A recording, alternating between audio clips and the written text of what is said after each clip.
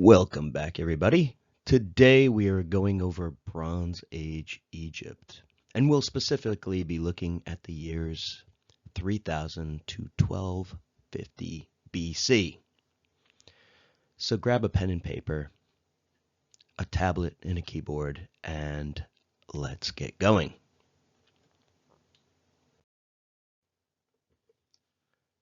By the end of this lecture, you should be able to explain how the Nile's geography shaped Egyptian agriculture, society, and political unification, describe the pharaoh's role both as a political and ideological leader, analyze how Egypt's centralized economy supported monumental projects like the pyramids, and discuss the roles of Ma in Egyptian culture and governance, and connect Egypt's development to broader patterns in the ancient Near East. All right, so let's start off. And what we'll do is we'll do a brief comparison between Egypt and the civilization that we just looked at. These are two of the founding civilizations, if you will, of Western civilization. And so it might help to pause and briefly consider how they're different. So while they're both built on river valleys and share many common features, there are some notable differences. And this mostly has to do with geography and how the cultures subsequently developed. Whereas Mesopotamia grew up along the Tigris and the Euphrates rivers, which were much more unpredictable and volatile rivers, much more prone to flooding, more difficult to navigate. Egypt grew up along the Nile, as we'll see, which, as we'll see, was a peaceful river, a predictable river, a calm river. The other major difference is that Mesopotamia sits at the center of a massive migration route, which is kind of a nice way of saying that it was very much prone to invasion. Okay, so throughout Mesopotamian history, various groups came in and came out. And this is one of the reasons that we talk about different civilizations emerging: Sumerians, Akkadians, Babylonians, Chaldeans, Assyrians. So they're all in there. And this is one of the reasons that, at least in its early history, we don't really talk about different civilizations in Egypt. Egypt is Egypt. So, with that in mind, let's probe a little deeper into Egypt.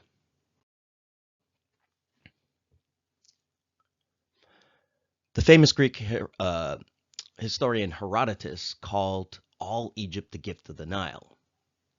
And it might be cliche, but this is largely true. The Nile is going to create abundance. It's going to be an easy highway of communication in Egypt. As we said, it's going to be a tranquil, peaceful river. And so Egypt is going to develop a worldview very much focused around the idea of balance or harmony, or as they would put it, Ma'at. Ma'at, M-A apostrophe A-T, is this Egyptian idea of harmony, balance, order, and this is very much at the center of their worldview. This concept is going to be the basis for the rule of the pharaohs, who are going to be responsible for it, and it's going to really act as a guiding principle in Egyptian society. And we'll see another major theme developing, and that is the idea of monumentality, like as in monuments. The pyramids are going to be symbols of this central power that the pharaohs have, of the order, of the timelessness, of the stability, and also of the pharaoh's ability to organize resources and project power to not only his own citizens, but to outsiders as well.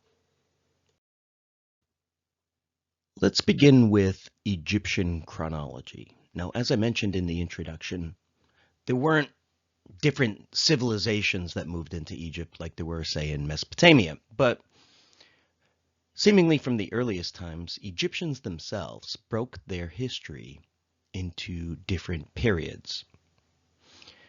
As a matter of fact, this chronology that you see on your screen was developed by an Egyptian priest by the name of Manetho. And Manetho lived right at the end of what we would call classical Egyptian history, about 200 years before Christ. And according to Manetho, Egypt went through 3 distinct phases in its early development. And you can see them here. There's the Old Kingdom, the Middle Kingdom, and the New Kingdom. And these were different periods.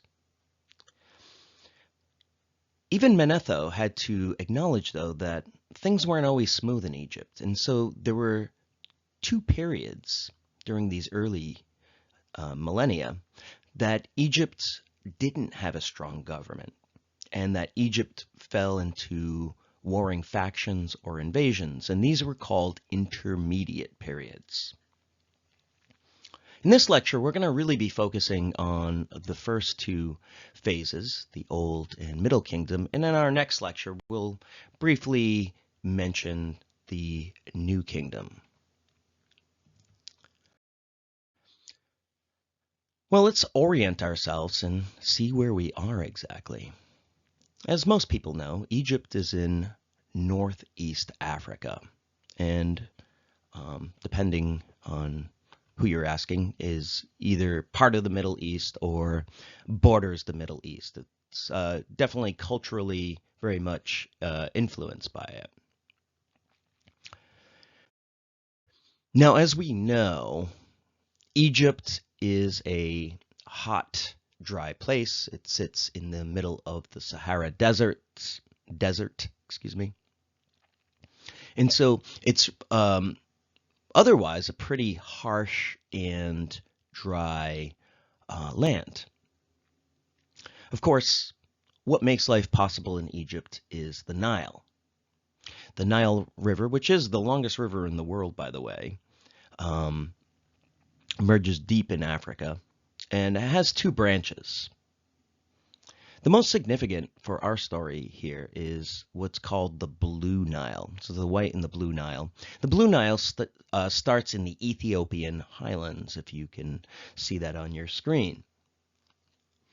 And what essentially happens is snow melts up in these highlands of Ethiopia. It's influenced by the monsoon, rains of the Indian Ocean, but without getting too much into the climatology and geology, what ends up happening is that once a year, the Nile floods. Now, unlike Mesopotamia, where these floods can be quite destructive, when the Nile floods, it floods very predictably at the same time of year. Usually around August it starts, and it floods. There is an inundation. Crop fields go underwater. But this happens gradually, almost always. And then the floodwaters recede, and people start to plant. Now, in Egypt, they plant in the fall, and the crops mature during the winter time, and then they're harvested in the spring, I believe. And so this process goes on and on every year in a very predictable fashion.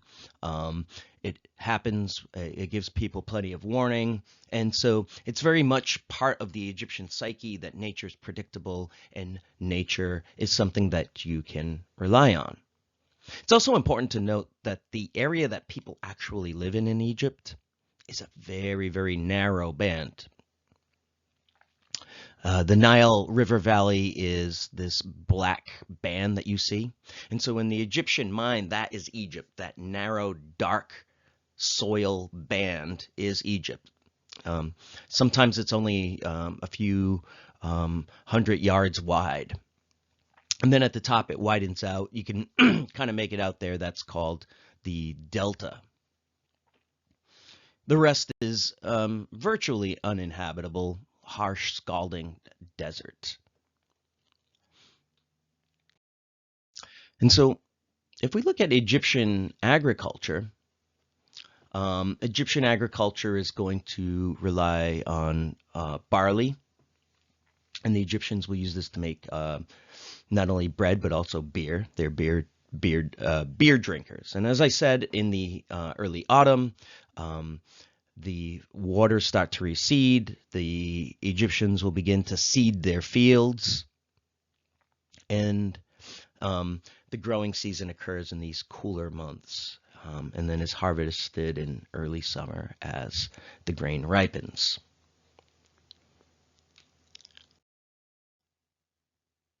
And so you can see a kind of a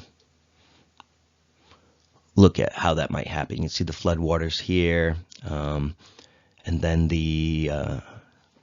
them recede, the planting begins, and then by summer, the Nile is getting less and less, and people begin to harvest. Okay. Now, the Egyptians did have neighbors. They weren't prone to invasion as much, but that doesn't mean they were completely isolated.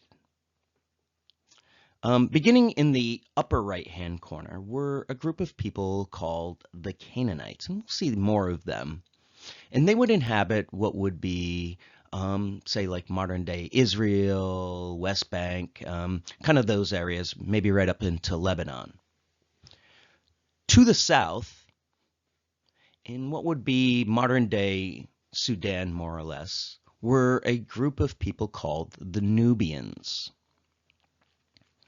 And the Egyptians would have a very big influence on these peoples, and we'll talk more about them. And then in the deserts to the west would be a group of tribes called the Libyans. And to one degree or another, the Egyptians are going to influence these folks, or in some cases even be influenced by them.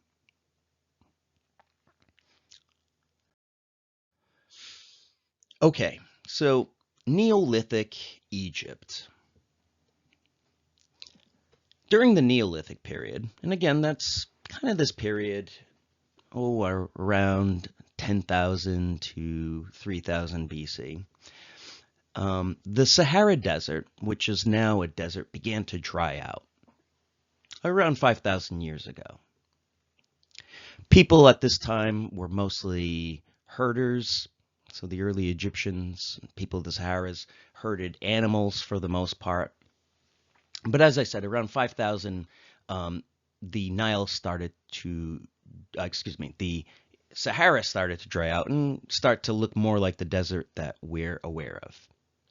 And this forced people to move to the Nile River Valley, which was one of the few sources of water. Around this time, too, agriculture was brought in probably from the Middle East, and people began to settle. And this drastically changed people's lives from a herding, tribal sort of life to a more settled existence. Pretty soon, small cities began, or towns began to emerge along the Nile River. We start to see social stratification begin to develop. We know this because even back then, the Egyptians were doing burials, and some of these have more elaborate objects.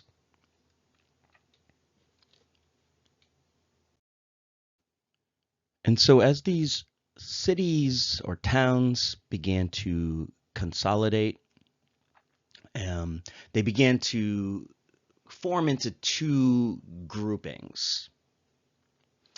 And the two groupings are Upper and Lower Egypt. And this would be a constant in the mind of the Egyptians, this division between Upper Egypt and Lower Egypt. Now, counterintuitively, at least on our maps. Upper Egypt is lower, and Lower Egypt is upper. This is because the area to the south is mountainous, and so it's actually higher, and that's why they call it Upper Egypt, while the area to the north, closer to the Mediterranean, where the delta is called Lower Egypt, just because it's lower. Anyways, these two groupings of cities began to consolidate. And early on, they're going to be rivals to each other. All right. Now, I should mention that Upper Egypt is more the heartland. I mean, it's kind of Egyptian culture, and especially the area around Thebes is going to be, throughout Egyptian history, really the place where Egyptian culture forms. But Lower Egypt is also obviously going to be important. As a matter of fact, a lot of the monuments are in Upper Egypt.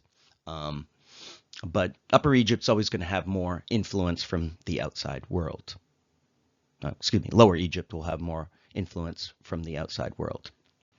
Okay, well, this situation persists for several hundred years during the 3000s BC.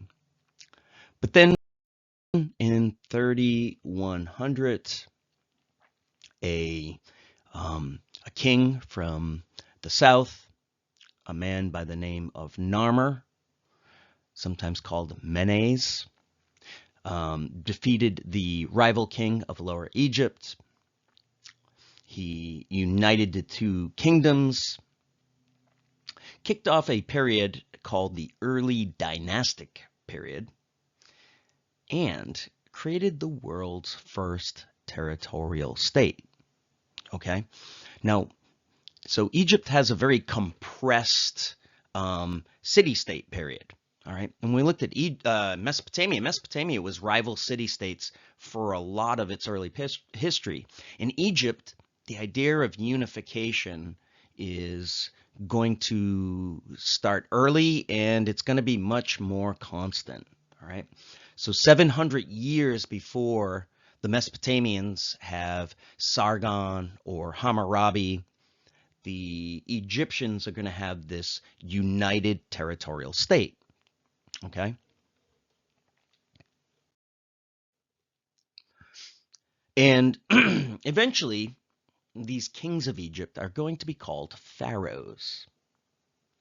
Now, one of the distinctive things about the pharaohs, vis-a-vis their Mesopotamian counterparts, is that from an early time, they're going to claim divine power for themselves.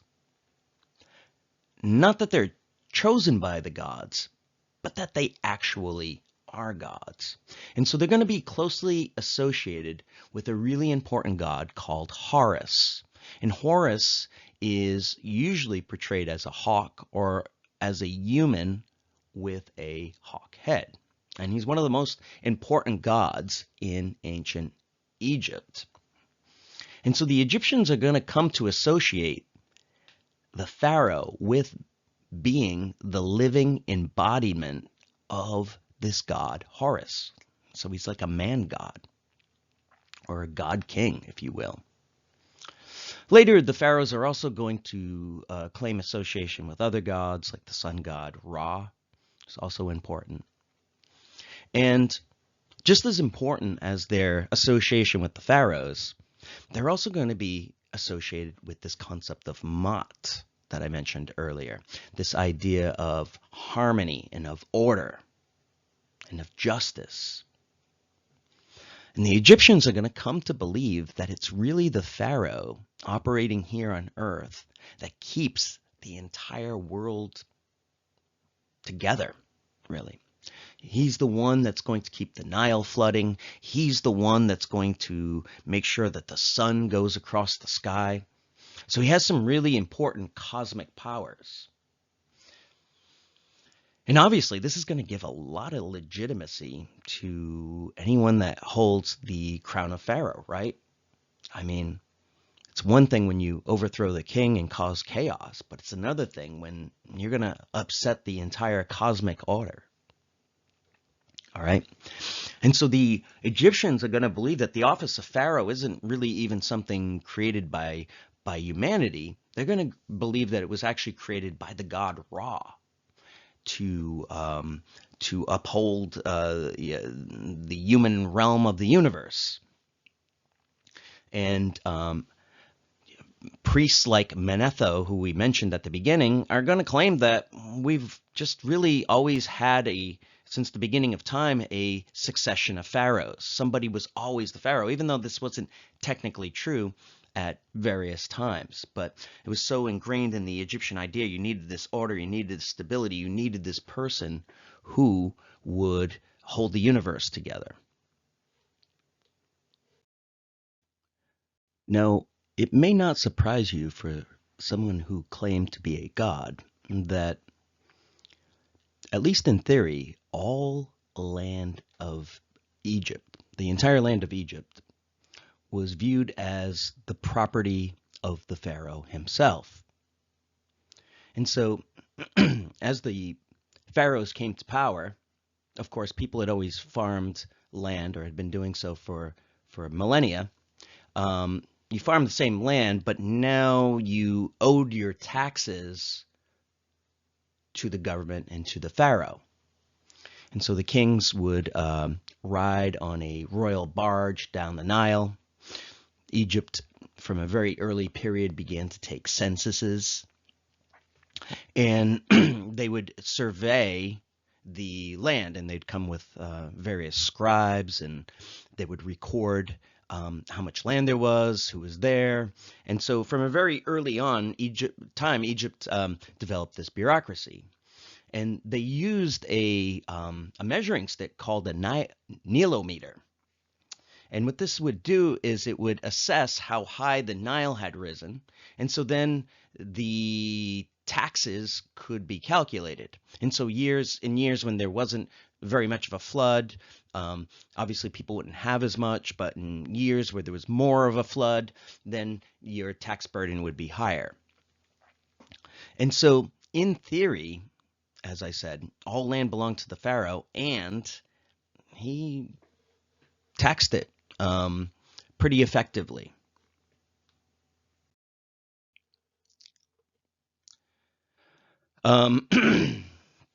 Now, just like in ancient Mesopotamia, temples and palaces would play a large role in tax farming. So the land of Egypt was divided into 42 nomes, okay? And that's Nomes, not like the type you have in your garden. And they would be ruled by nomarchs. Now, early on, these were usually relatives of the pharaoh himself. And these nomarchs would rule like governors. So they were responsible for governing their nome, organizing the peasants for public works, and also for collecting the taxes, which at this time was primarily in grain.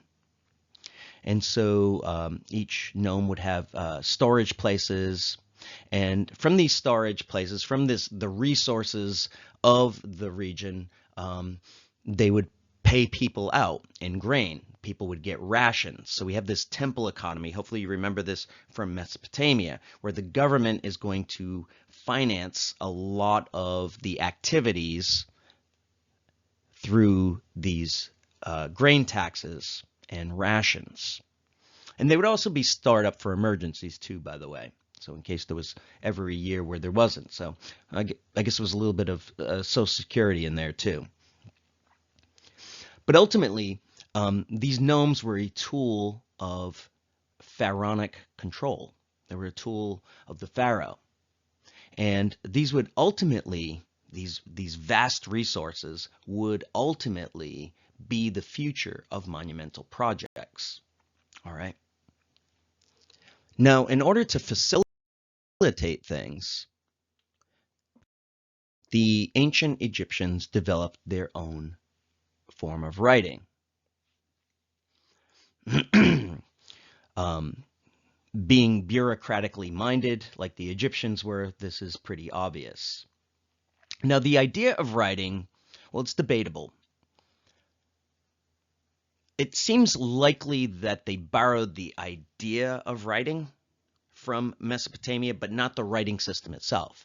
That appears to be completely indigenous to Egypt. It's incredibly different than cuneiform, but it functioned in much the same way. Now, the Egyptians believed that the ancient that the god Tot was the one who had given it to them. He's this crane-headed god here, and an ibis, I think, is technically what it is, and they believed that he had developed it. And so hieroglyphs means sacred writing because it came from the gods. In actuality, it was used largely for administrative purposes, and also for royal prestige purposes.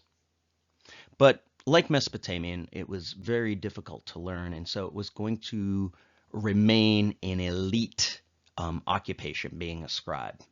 All right.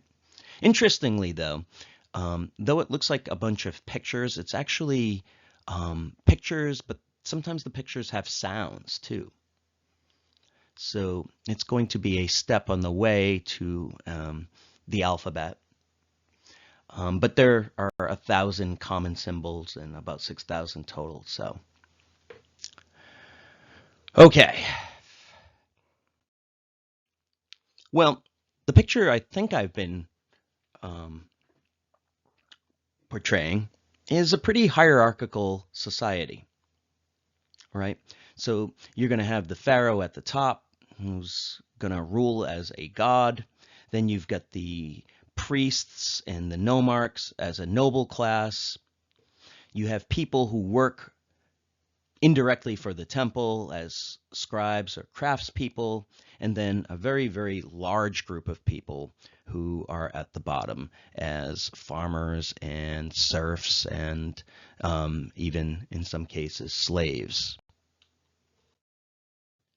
Now, the idea of death and burial was important to the Egyptians, dating back to the Neolithic period.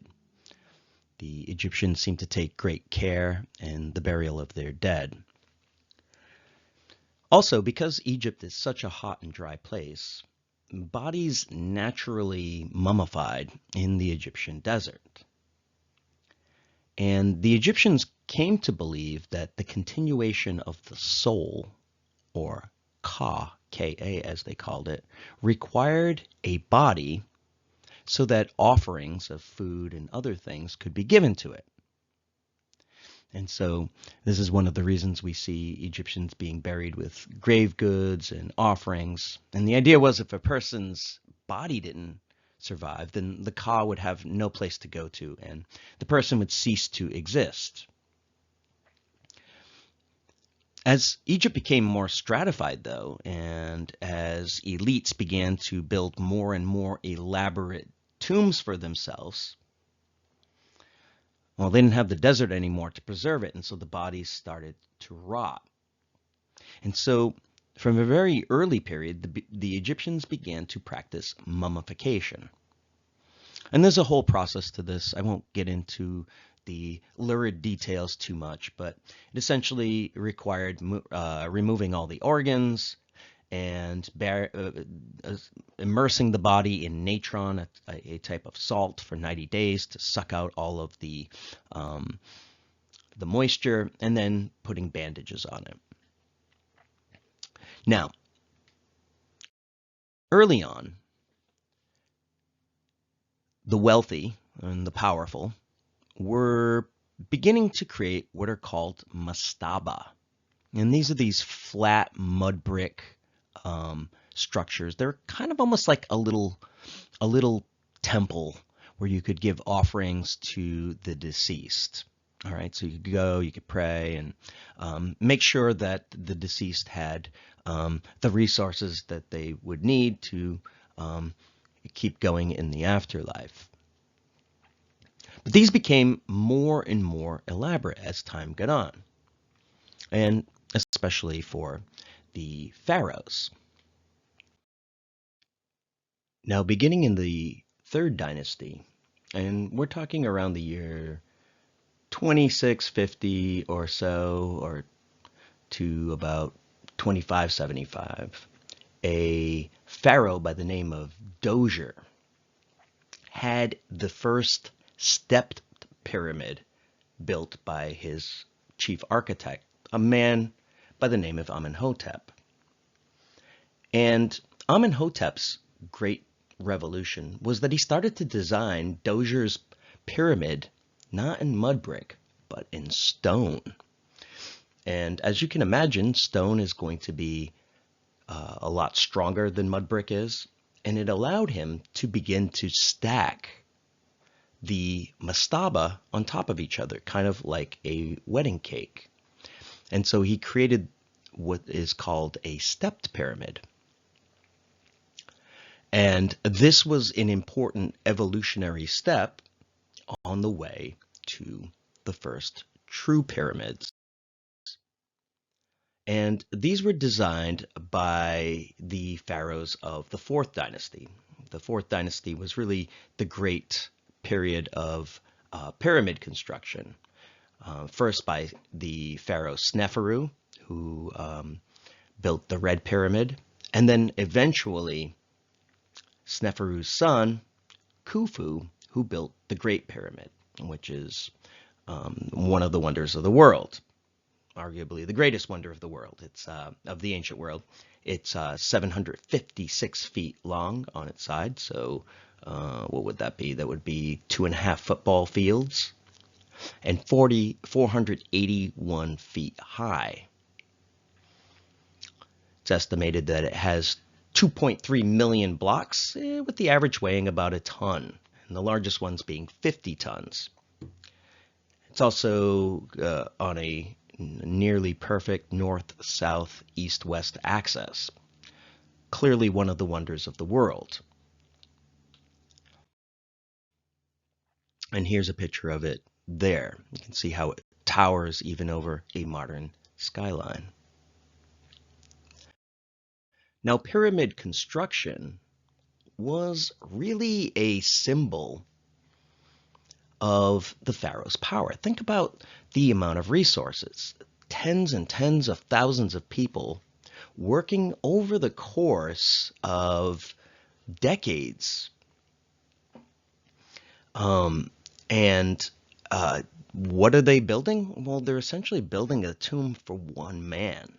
So this is why this could only be done in Egypt. Egypt was such a rich country, and it had such a strong government that really the pyramids just show off the immense prestige of these pharaohs who could command these resources for what's essentially just a grave. And it's also an indication of the sophistication of the Egyptian state. To be able to command these resources and labor and to order things, well, it was a real logistical feat.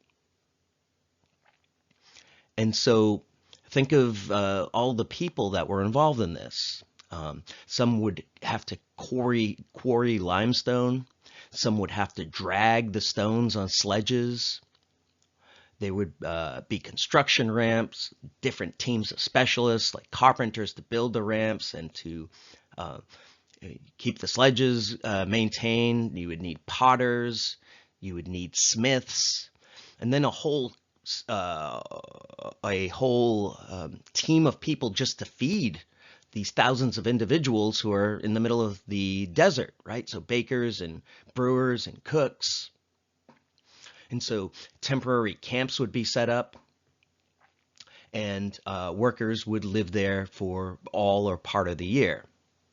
A lot of times the workforce would show up during the rainy season. Okay, so not the rainy season, but during the flood season. So this is a period where you weren't going to be doing anything anyways. So why are these people doing it? Well, it's commonly believed that they were slaves, but that's not entirely true. And the motivations probably varied. Some people probably did it because, well, the king is divine, and the Egyptians believed that it was really important for the whole order of the universe that this pyramid was built. For other people, it was probably a form of unemployment, right? To work during the season when you can't work anyways, and at least you're going to get fed. And probably for others, they didn't have much of a choice in it. They weren't slaves, but they were essentially forced into it by the local nomarch. Now, contrary to popular belief, the Egyptians didn't build pyramids on this scale throughout the entirety of their history. They're mostly built during this Old Kingdom period, this first phase. And many historians believe that they proved to be so costly that later pharaohs either scaled them down or were buried in a different way. Okay, so to sum things up, the Egyptian society was the model of order. The Egyptians from an early period were able to harness the Nile and its incredible bounty, and this laid the foundation for their success. They were able to create an organized, centralized state under the pharaoh to ensure cooperation. And the state developed an efficient bureaucracy and was able to organize labor to achieve large-scale projects, like the pyramids, which were a testament to the power of this government and its efficiency, and symbolized the pharaoh's role in maintaining the cosmic order. Egypt was going to have a profound influence, not only on its immediate neighbors like the Nubians and the Libyans, but also places further afield like Mesopotamia. And it was going to inspire artistic traditions throughout the region. We're going to see that Egypt was an incredibly large market for goods and services from around the Middle East and beyond, and that it was going to be intimately connected into this web. And so, in our next lecture, we're going to start to explore some of these connections in the Middle East as Egypt becomes a critical player in the late Bronze Age economy. And we'll see that it not only has a profound influence there, but as the course goes along, we'll see that Egyptian traditions are going to inspire later groups like the Greeks and the Romans. And so I'll see you next time as we explore the late Bronze Age and look at the Bronze Age collapse.